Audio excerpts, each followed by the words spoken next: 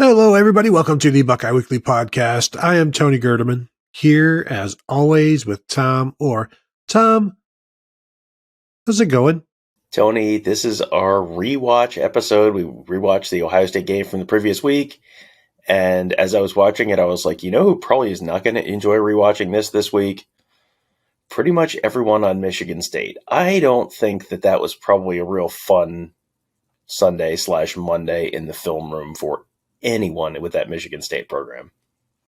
No, maybe Jaden Reed, and that's about it. And really, it wasn't enough. What would not be a fun podcast to do is Iowa rewatches, and we'll just leave it at that. We don't need to go into depth about that. Just trying to look for something new, and it's like, nope, it's just, this is all the same stuff. Well, fortunately, we don't have to do one of those for another 2 weeks. Oh, good. Well, no, let's just start it with the Ohio State stuff. I can go first, Tom, if you would like, or if you would like to go first. Sure. It doesn't matter to me. Yeah, go ahead. Right.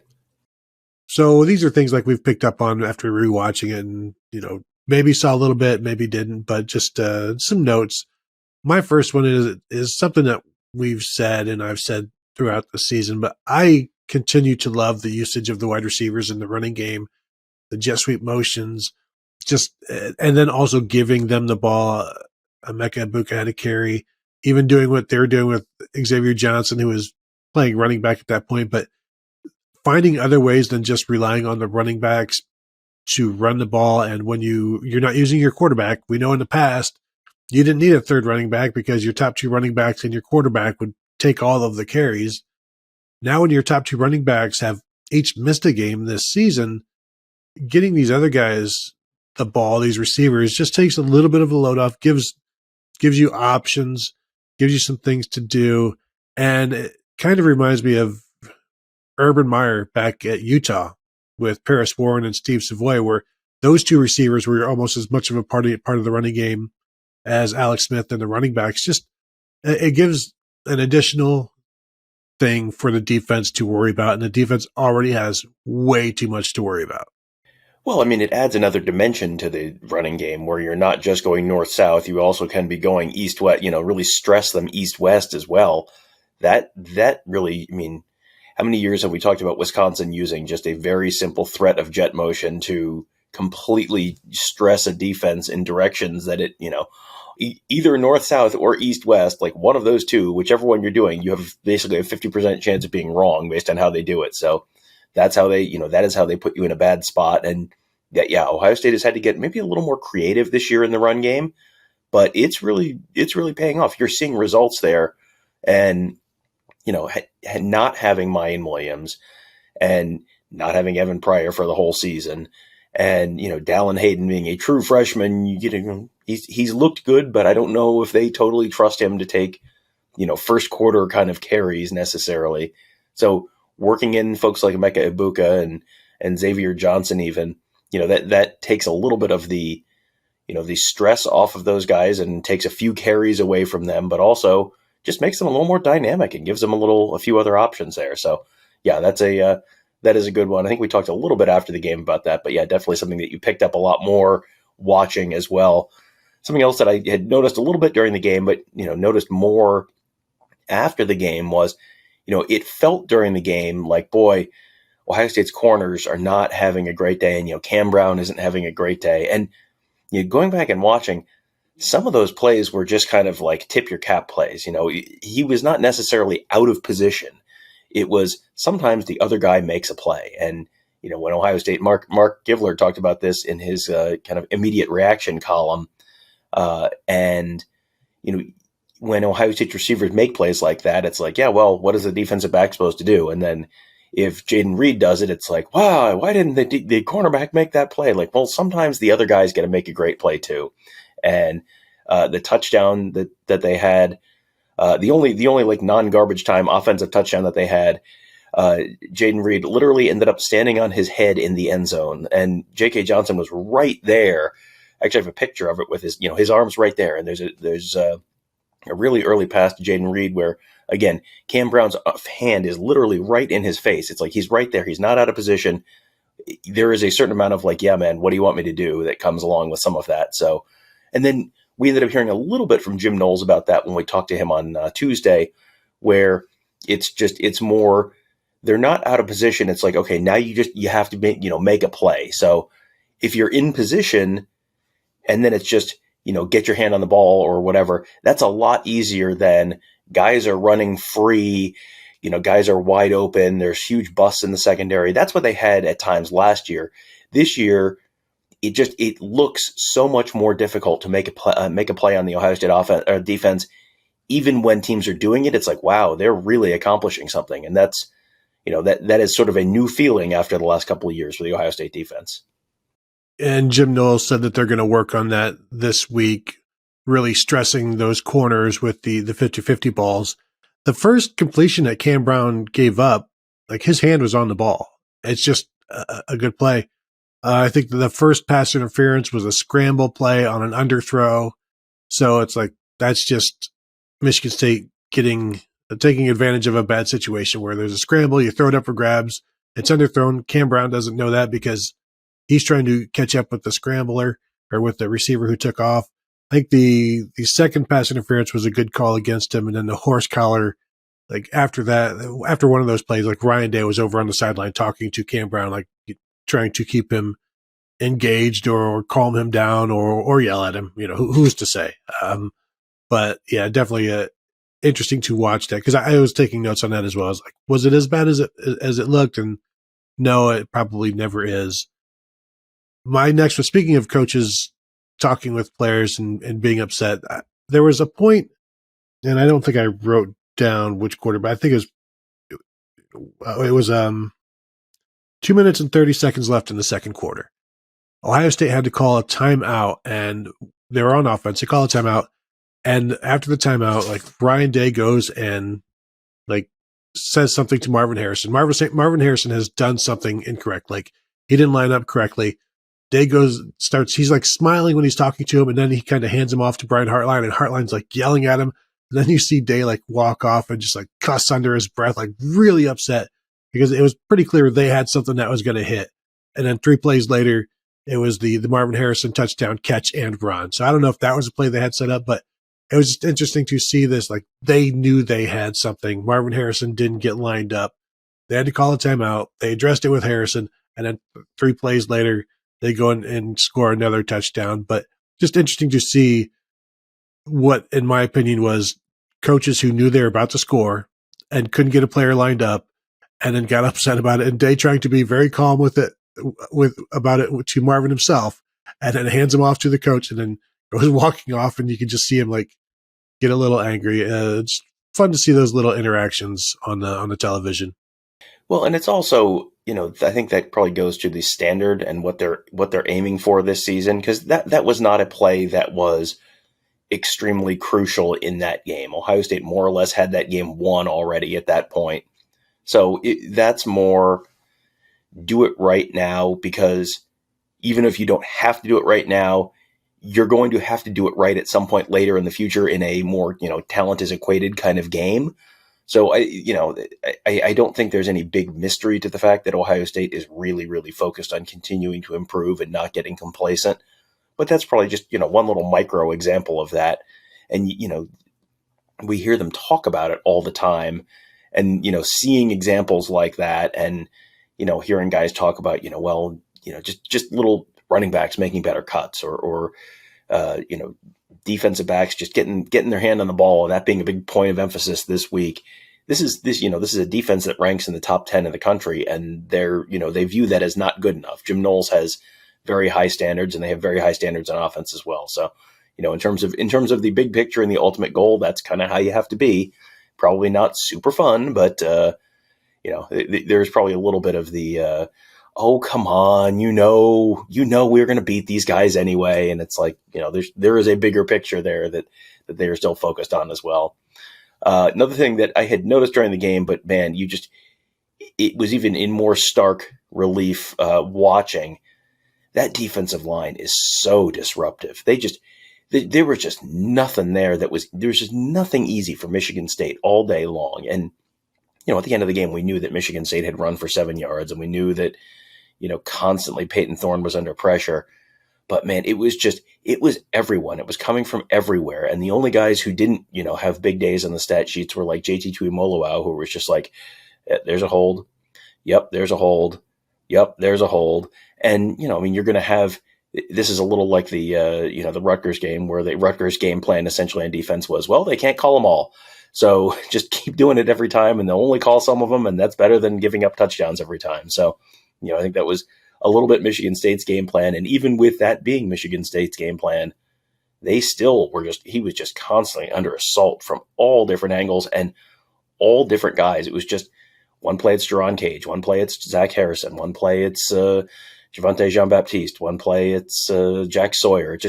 And then there's the linebackers, and then the linebackers are coming in there. And it did not look like a lot of fun. It looked completely overwhelming. And I think even maybe more so than I would have said after the game. But that is probably a very good sign for that Ohio State defense, that it's not just one or two guys. It's just coming from everywhere, and it's pretty unpredictable. Yeah, even before one of Mike Hall's sacks, you had Jerron Cage getting a sack. And the defensive ends I think the defensive ends are showing that you don't have to get to the quarterback. You don't have to sack the quarterback to affect the quarterback. And you're seeing that. I still think it's funny that Michigan State essentially went 500 against Mike Hall. He played 7 plays. An 8th was taken away due to a hands to the face penalty on Zach Harrison. But if you give him that play, he sacked the quarterback on 4 of his 8 plays. I mean, that's pretty good. You think he should play a little bit more? Yeah, is that good? I don't watch a lot of football. Is that sounds like a lot? Tom, that is better than good. That is a stupendous statistic and impact from your defensive tackle. My third note here, Tom, just says Lathan Ransom, and that's about all that needs to be said. He's a violent tackler in run support. He'll come up and he is a solid tackler, and he stops the ball. Like, the running back and Lathan Ransom, when they meet, Lathan Ransom usually wins, or there's a stalemate. And then there's also a play, he had a pass broken up on, the defense wasn't really set, and so it looked like there was some confusion, and he still was able to make a play and break a pass up. And then, of course, the interception that he had in the first quarter, where he covered a lot of ground and was basically running that deep route, and it just an indication all over that he's such a complete guy, complete defender, which Jim Knowles and Ryan Day also said. I also thought it was interesting that he played instead of Josh Proctor while the game was in doubt. And I'm assuming that was part of the plan. And yet, even after that interception, right after the interception, they're on the sideline, Josh Proctor and Lathan Ransom are celebrating. Like, this isn't Josh Proctor being like, I should be out there. It's like, these guys are playing the same position, but doing it very well together, and they both have kind of different roles and can do different things. What Jim Knowles said about Lathan Ransom is he can play that bandit, but he sees it like an adjuster. He basically can play strong safety, but sees the field like a free safety, and just another good day by Lathan Ransom. And my third thing says incredible INT by Lathan Ransom. So I guess we're going to have a little overlap with our third ones here. The way I shoot the game is I always have Ohio State coming towards me. So I'm not chasing the ball down the field. I always have Ohio State coming towards me. The theory being, if a running back or wide receiver has a long touchdown, you want that coming towards you. If they have a pick six, you want that coming towards you. So, when they're on the far side of the field, when they're defending in the red zone, the ball is way on the other end of the field, and there's a lot of people between me and, whatever is happening on the far end of the field. So I really didn't have a very good view of that when it happened live. And I have a couple pictures, one of him, kind of between a couple different bodies and like sort of lining it up, and another with him lying on the ground, and it's sort of between this very narrow thing between two people. I don't think I even put them in the photo gallery because they weren't very good because they were so far away and so many people in the way. But watching it on TV, it was just like, oh, that was a really good play. It was just you kind of have a sense like, oh, that he made a nice break on the ball, whatever. But man, that was a really, really nice play because he just it felt like he anticipated where the ball was going even before it was thrown, where he was not that was not necessarily, there were two other guys there, I don't know that he was necessarily, that was his primary responsibility on that play. I think he just sort of anticipated where the ball was going and just beat the receiver there. And, we have seen the deep safety spot for Ohio State at times over the years. Not, sometimes it works great. Sometimes it's Jordan Fuller. Sometimes it's not Jordan Fuller, and it very much does not work great. And, that is not a spot where he has, where that's like his spot on the defense. But he is sort of taking that over a little bit, and he's sort of making that his spot on the defense. And, I know you asked either Ryan Day or Jim Knowles or both about, his return from injury and how quickly he got back from that broken leg and all of that. He feels like he's a real difference maker for them now at the back end of that defense. Yeah, Knowles said everything they get out of him is a bonus because he wasn't expecting anything because he didn't really know anything about him. And you also saw the difference in having an experienced safety back to help when you look at the Julian Fleming touchdown, where the safety did not get back in time. And that kind of takes me a little bit to my next one and also takes me back to the usage of the receivers in the running game. That Julian Fleming touchdown came off of a play action to an end around type of thing. And it just keeps the defense distracted and confused. And so my next one here is about there's a bunch to the left. I will call it the fun bunch of CJ Stroud, obviously lined up at quarterback, TreVeyon Henderson to his left. Cade Stover is flexed out a little bit. Like there's the left tackle, then an empty space, and then Stover. And then behind him in a V is Julian Fleming and Emeka Egbuka. And Emeka goes in motion and then comes back around the quarterback. The ball is snapped, and they fake this end around to Emeka, and Julian Fleming is then crossing the line, going down the line of scrimmage, and it's a pass to him for like a 6-yard gain. And it's the defense is going every which way, and it's only a 6-yard gain, but it's just an interesting look at crossing, getting the defense confused, getting the offensive line. Sorry, I've got some distractions going on, Tom, but I'm focused now. The defense is getting lost, and I don't know what else is going to come off of this. Cade Stover was also in like providing a second level. There's a third level going down the field, so it feels like we'll see more of this. And then there's also going back to the left, throwing it back to Emeka that they could do on the fake reverse. So just an interesting little play. It's the first time we saw it. I remember seeing it live and thinking, well, that's interesting. And then you see all this movement in motion, just something to watch down the line.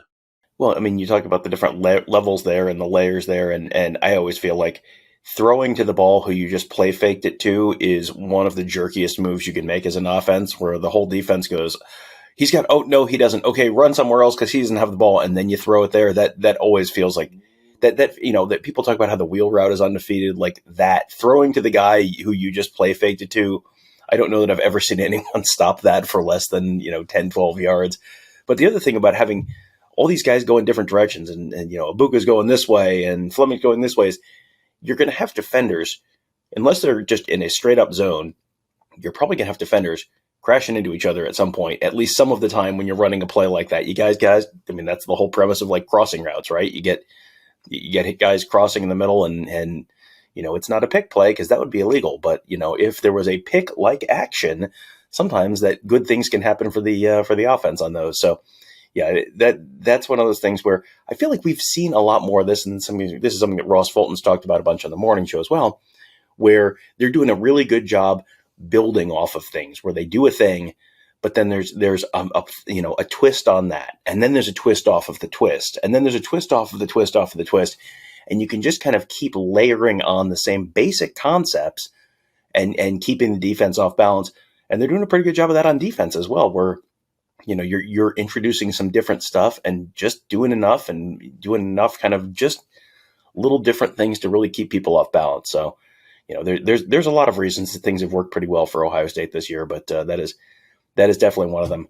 Another reason that things have worked pretty well for Ohio State is the run game has been so much better this year, so much better than it was last year in short yardage. They haven't hit a ton of huge ones, but they have just very consistently been able to move the ball. It just feels like the number of runs in the 6 to 12 or 15 yard range has just been a lot higher this year than it was last year. They're just consistently moving the chains with that running game. And part of that was TreVeyon Henderson earlier in the year was not necessarily being patient, not necessarily reading his blocks. He felt like he was a lot more patient on Saturday, reading blocks, picking holes well. We've talked about a bunch about Blake Corum on these Michigan Monday shows that we do, where it may be blocked to go a certain place, and he'll, be patient, have the vision to go, okay, well, this is not open, but over here, if I just take a little cut, I don't need to, do a Ted Ginn whole reverse the field or anything like that. Just, okay, take a little cut and go one hole to the left or right of where the play was designed to go. His first run of the game wasn't really there where it looked like it was blocked to go, but then he picked up just picked a different spot, waited, was patient, found another spot, saw it, went, and then picked up 26 yards on a play that was, Ryan Day talks about, a play that's blocked for 2, you get 4, a play that's blocked for 4, you get 6. That was a play that was blocked for 1, maybe, and he got 26. And that's, I think that is a little bit of a sign of growth and maturity out of him, because I don't know that that's necessarily something you would have seen him do last year, or maybe even, week 1, week 2 this year. Yeah, that was one of my extra notes, just how patient he was. And you can watch him, like he's basically like looking and searching, but also like not just standing around. It's interesting where he's still moving forward. He's still trying to find his way, but it's not like he's dancing. He's actively searching and then hits. And I also have here, he ran really, really hard. And even after knocking one guy out, the next time he carried it, he's lowering his head again and trying to get extra yards and just trying to impose his will on the Michigan State defense. And I think he did. I think he's heard quite a bit about what he isn't. And so he went out there and showed everybody what he is. And I think everybody knows there's still more as he does. And glad that he is not going to be out. He took a pretty big hit on his leg. Day said he could have played if they needed him. So that's good moving forward. My last one here, Tom, that I have is CJ Stroud was making some incredible throws with some terrible footwork. The way he was getting some pressure and he'd have to step to the side rather than step forward. I don't know how many times, maybe his 2 touchdowns to Marvin Harrison, like in the corners, he couldn't really step into. Like one, he stepped to the side, I think, and he just flicking it up there. There are others where he's throwing some sidearm with some footwork that is just avoiding somebody, and it's tremendous skill.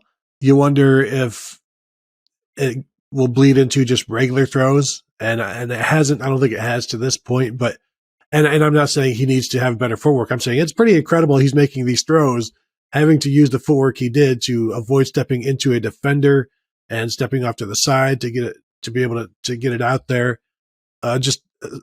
Some really impressive throws based on, well, you're supposed to step this way, but he's stepping this way, or not stepping at all and still making the throws. Again, another impressive performance by CJ Stroud. That's something we learn every week. Yeah, that was another one that I had written down where, part of it is it's impressive that he can get it in the right neighborhood.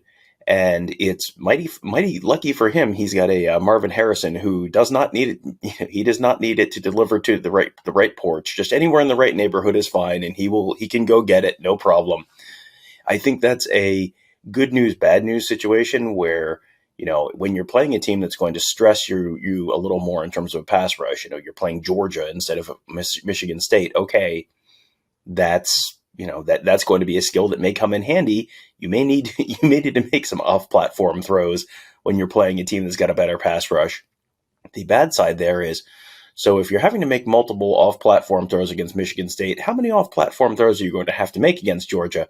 And if Georgia has better cornerbacks, are they going to be, or safeties, are they going to be able to break on those throws a little better than Michigan State's guys can? So that was a little bit of a mixed bag to me, but yeah, that was definitely a notable thing because, that those are a lot of those are throws that, most people couldn't make those, stepping into them, couldn't make those throws, let alone not stepping into them. I mean, I don't know that if you have not stood on a football field, I don't know if you really understand how far it is from the middle of the field to the corner of the end zone. Like, it's like, wow, he threw the ball 30 yards. It's like, no, that is the hypotenuse of that triangle. So 30 yards is one way, but then there's also a whole nother leg there. And yeah, it's a squared plus b squared equals c squared. That is how that works. And that is a long way, and that is a tight window. And to be able to do that without having to step into it, yeah, that is very impressive for sure. Something else CJ Stroud is doing with his legs that has been, I think, pretty impactful for Ohio State. You have started to see him run and see them run him just enough. He's not, he's still not running 19 times a game like JT Barrett did. But just the threat of the quarterback run is starting to be enough to keep defenses honest. We talked about this last week on the show when I think it was the first touchdown to Cade Stover, where maybe it was one of the touchdowns to Cade Stover. Ohio State football famously throwing multiple touchdowns to tight ends every week. This is the thing that was still a little bit new for us to talk about. But one of the touchdowns to Cade Stover, you saw CJ Stroud against Wisconsin kind of rolling to the right, and then there were two defenders out there, and they both ran up like, well, we got to get him. Obviously, he's going to run, and he just dumped it over their heads, and it was an easy touchdown. This week, there was that 4th and 1, and Michigan State was just, really jamming guys inside. They were very obviously anticipating it's 4th and 1. Of course, they're going to have CJ Stroud sneak it. He's under center. Look, that's what they do. And instead, they run wide zone and everyone's inside. So that means when you run wide, there's no one there. And it was a very easy conversion for them. And that's just, yes, it's 4th down. So obviously it's a big play, but it was not a 70-yard touchdown or anything like that. It was just they converted a 4th down, and CJ Stroud didn't run with it, but just the threat of CJ Stroud, they've now run him just, enough that the threat of CJ Stroud running is changing what they're getting from defenses and opening them up some other things in both the run and the pass game.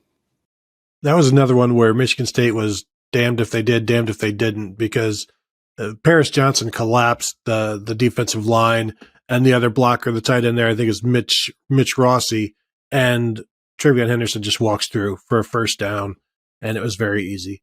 Two other notes that I have. Tommy Eichenberg recognized a Jaden Reed end around like right at the snap. Like as soon as Jaden Reed started heading for the end around, Tommy Eichenberg started heading for the meeting point between them. And it's like he should be like watching the ball, watching whatever his keys are. Like he sees the receiver heading for that, and he goes and gets ready to stop it. Also, Tanner McAllister is a really good tackler. That dude is very, very solid, and has been better than I expected this year. I'll say that. Yeah, and I did not have Tanner McAllister on my list. He was someone who I noticed just watching the game. He's just constantly around the ball. He has been a real, he's not going to be the MVP of the season because they have a lot of valuable players. So it's hard to be the most valuable of all the valuable players that Ohio State has on their team. But I think he has been one of the more underappreciated players in terms of what his contribution has been this year. When we talked about him this spring, it was kind of like, oh, well, he's the guy who's going to come in and he's going to know the defense and he'll be able to be the Jim Knowles translator for all the players. And, he'll know the defense. So that'll be a little bit of a head start for him. And, we'll see how it looks on the field. And he's been very reliable. He missed the one game, right? A full game, or did he just miss he missed a full game. But, when he's been out there, he's been great. He is, they have not faced any, incredible passing attacks or anything this year, but he has just been very good, very consistent. And that's just been like one more position where in a safety driven defense, you just don't have to worry about that. It's just been fine. And, this may be a little bit, we talked on Saturday after the game about the fact that, Denzel Burke had a quiet day, and a quiet day means you're doing a pretty good job as a corner. Well, Tanner McAllister has kind of had a quiet season where he has not been running up, Tommy Eichenberg or Steel Chambers kind of tackle numbers, but he's just been good. And you haven't seen a lot of the back of Tanner McAllister's jersey chasing guys down the field. He's just, there has not been a ton of throws his direction. And when there have, he's gotten guys on the ground. That is a very, very valuable thing. And probably I think a little bit of an underappreciated thing probably by a lot of fans. Yeah, because he was the guy that when he transferred, you scout him. Scout him. You go watch a little bit of whatever you can from Oklahoma State, and you see I think the Notre Dame game, he's given up a couple of touchdowns. You're like, wow, this is the guy. And then you look at like the all Big 10, all Big 12 teams, like he wasn't on any of the top 3, and their other defensive backs were. And you're like, oh, so they're getting the worst of Oklahoma State's defensive backs. Oh, that sounds fantastic. And he gets here, and he's been everything that Jim Knowles promised and more. But we'll see what happens once Ohio State starts playing in Maryland or Michigan or, Penn State, where there are some slot receivers that can do some damage. But we will see. Tom, anything else? You forgot Iowa there when you were talking about great passing offenses. Other than that, no, that's all I had. That's my fault. That is on me for discussing, for forgetting Iowa, who has scored 88 points this season, which is 10 fewer than Ohio State has scored in the first quarter of the season. And just like in Back to the Future, that's just enough to get you to go back in time. Yes, the offense from the 1950s. Way to go. Yes, back in 1955, the Iowa offense at the Twin Pines Mall. Can't wait.